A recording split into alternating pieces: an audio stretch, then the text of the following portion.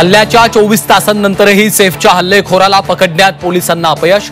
सुतारकाम करणाऱ्या संशयिताला चौकशीनंतर पोलिसांनी सोडलं। पोलिसांची 20 पथकं आरोपीच्या मागावर।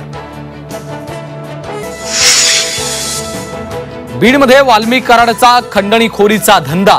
मे 2024 मध्ये 2 कोटींच्या खंडणीसाठी रमेश घुलेनं आवादाच्या मॅनेजरचं अपहरण केल्याची माहिती, तर पोलिसांनी ठोस कारवाई केली नसल्याचाही आरोप।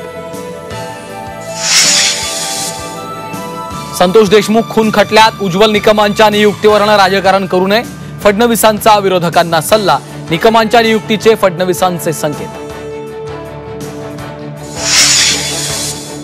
वाल्मिक कराडमुळे महायुतीत तणाव वाढतोय। मंत्री संजय शिरसाटांकडून अप्रत्यक्षरित्या धनंजय मुंडेंच्या राजीनाम्याची मागणी।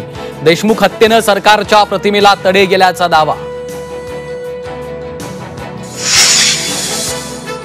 कांदा उत्पादक शेतकरी पुन्हा अडचणीत। बांगलादेशकडून कांदा आयातीवर 10% अतिरिक्त शुल्क आकारणी सुरू।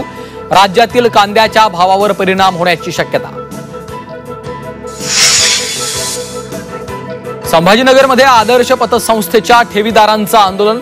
आंदोलनकर्त्या महिलेला भोवळ। प्रशासन लक्ष देत नसल्याचा ठेवीदारांचा आरोप। जळगावमधील एका कंपनीत मराठी कामगारांचे पगार देत नसल्यानं मनसे आक्रमक। मनसे महानगराध्यक्षांची परप्रांतीय व्यवस्थापकाला मारहाण। मुख्यमंत्री देवेंद्र फडणवीस 20 ते 24 जानेवारी दरम्यान दावोस दौऱ्यावर। 2018 नंतर प्रथमच फडणवीस दावोसला जाणार। फडणवीस दावोसमधील वर्ल्ड इकॉनॉमिक फोरम मध्ये होणार सहभागी।